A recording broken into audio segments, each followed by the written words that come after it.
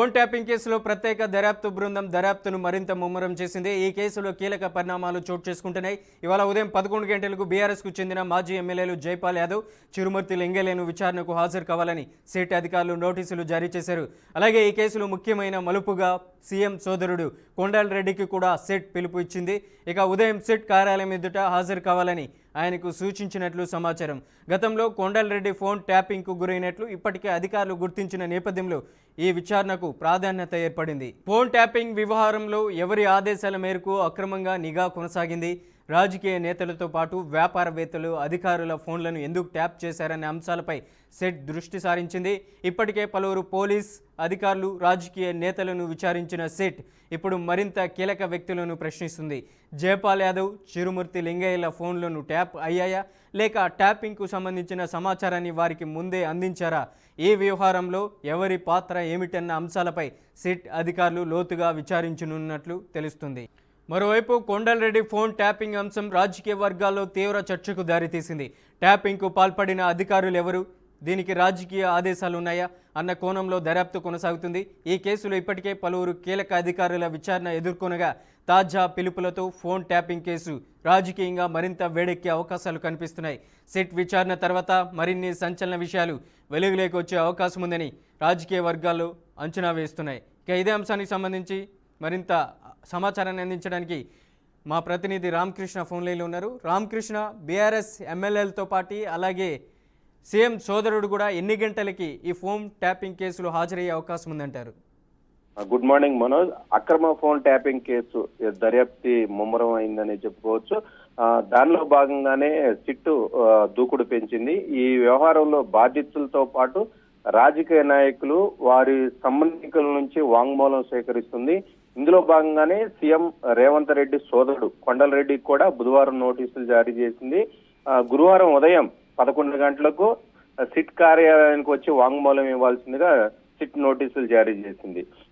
మొత్తం మీద మరోపక్క బీఆర్ఎస్ మాజీ ఎమ్మెల్యేలు చిరుమూర్తి లింగయ్య, జైపాల్ యాదవ్ తో పాటు ప్రస్తుత ఎమ్మెల్యే కుకడపల్లి ఎమ్మెల్యే మాధవరావు కృష్ణారావు కుమారుడు సందీప్ రావు తో పాటు ఎమ్మెల్సీ నవీన్ రావు, మొన్న ఆదివారం నాడు బీఆర్ఎస్ ఎమ్మెల్సీ నవీన్ రావు కూడా దాదాపుగా 8 గంటల పైగా విచారించింది సిట్టు.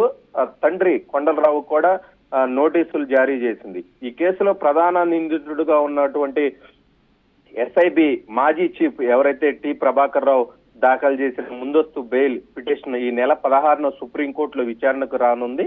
సో దానికి సంబంధించి నివేదిక కూడా సమర్పించాల్సి ఉండడంతో సిట్టు వేగం పెంచిందని చెప్పుకోవచ్చు. దీనికి సంబంధించి కూడా ముందు కూడా రాజకీయ నాయకులకి కొంతమందికి ఎవరైతే ఈ వాంగ్మూలం ఇస్తారో దానిలో ఎవరైనా పేర్లు లీకులు ఏమైనా వస్తే మాత్రం ఖచ్చితంగా వాళ్ళకు కూడా బీఆర్ఎస్ పార్టీకి చెందినటువంటి కీలక నేతలకు కూడా నోటీసులు జారీ చేసే అవకాశం ఎక్కువగా ఉంది.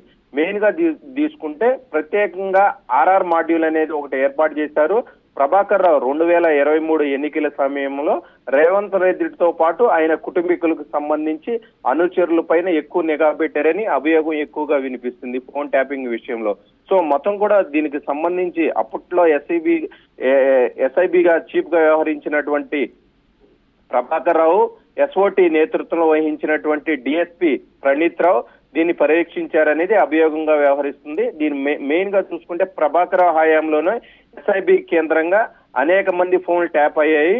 వీరిలో సినీ రాజకీయ ప్రముఖులతో పాటు వ్యాపారేత్తరు, బిల్డర్లు, రియల్టర్లు కూడా ఉన్నారని సిట్ భావిస్తుంది. సో మొత్తం మీద చూసుకున్నట్లయితే దీనికి సంబంధించి వాంగ్మూలాలు ఇప్పటి వరకు దాదాపుగా 200 పైగా వాంగ్మూలాలు స్వీకరించారు. ఇంకా మరి కొంతమందికి కూడా నోటీసులు ఇచ్చే అవకాశం ఎక్కువగా కనిపిస్తుంది. మొత్తం కూడా ఈ పర్యవేక్షణ ఏదైతే ఉందో అప్పుడు ఒక ఎస్ఐబి చీఫ్ గా ఉన్నటువంటి ప్రభాకర్ రావు ఆదేశాల మేరకి డిఎస్పీ ప్రణీత్ రావు నేతృత్వంలో దాదాపుగా ఈ మొత్తం వ్యవహారం మొత్తం 20 మంది సిబ్బంది కూడా పాల్గొన్నట్లుగా కూడా సిట్ భావిస్తుంది. వీరిలో కొందరు అత్యున్నత ఉపకరణాలు రేవంత్ రెడ్డి, కొండల రెడ్డి ఇళ్ల సమయం చుట్టుపక్కల ఉన్నటువంటి ఇళ్ల దగ్గరే ఒక ప్రత్యేకమైనటువంటి బయట నుంచి ఏదైతే ఓవర్సీస్ నుంచి ఇంపోర్ట్ చేసుకున్నటువంటి పరికరాల ద్వారా వీళ్ళని ట్యాప్ చేశారు. బై ఎలక్షన్స్ లో కావచ్చు, లేదంటే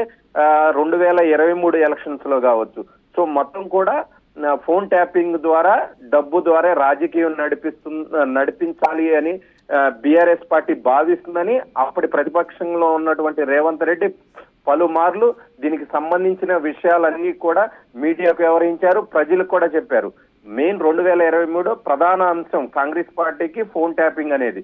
సో ఖచ్చితంగా ఈ ఫోన్ ట్యాపింగ్ వ్యవహారం అనేది నిగ్గు తేల్చాలి.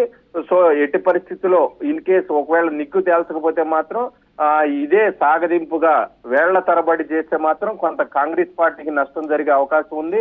సో ఇంత భారీ ఎత్తున విమర్శలు చేసే నేపథ్యంలో ఎవరైతే దీని వెనక ఉన్నారో మెయిన్ క్యాండిడేట్, ఆ మెయిన్ క్యాండిడేట్ మీద ఏదైతే ఛార్జ్ షీట్ దాఖలు చేయాలని ప్రభుత్వం భావిస్తుంది, దీని వెనక ఎవరున్నారు, లేదంటే ఆ వ్యక్తికి తెలిసి జరిగిందా లేదా తెలియక జరిగిందా అనేది మాత్రం సిట్ అధికారులు దాని వైపుగానే ఎక్కువ ఎంక్వైరీ నడుస్తుందని చెప్పుకోవచ్చు. సో ఖచ్చితంగా ఇది నిగ్గు తేల్చకపోతే మాత్రం కాంగ్రెస్ పార్టీకి గడ్డు పరిస్థితులు ఏర్పడతాయి. సో నిన్న బీజేపీ మెదక్ ఎంపీ రఘునందనరావు కూడా మాట్లాడుతూ ఎన్ని రోజులు సాగరిస్తారు, ఎన్ని రోజులు ఎంక్వైరీలు చేస్తారు, ఇప్పటి వరకు ఫోన్ ట్యాపింగ్ భారీ ఎత్తున జరిగిందని కాంగ్రెస్ పార్టీ చెప్తుంది. సో ఇప్పటి వరకు దానికి సంబంధించి కీలక వ్యక్తుల్ని ఎవరిని కూడా అరెస్ట్ చేయలేదు, నోటీసులు జారీ చేయలేదు, వాంగ్మూలానికి కానీ దేనికి ఎలాంటి అంశానికి కూడా వాళ్ళని పిలవలేదు అనే తరహాలో కొంతమంది బీజేపీ నాయకులు కూడా సీరియల్ లాగా సాగదీస్తూనే ఉన్నారు.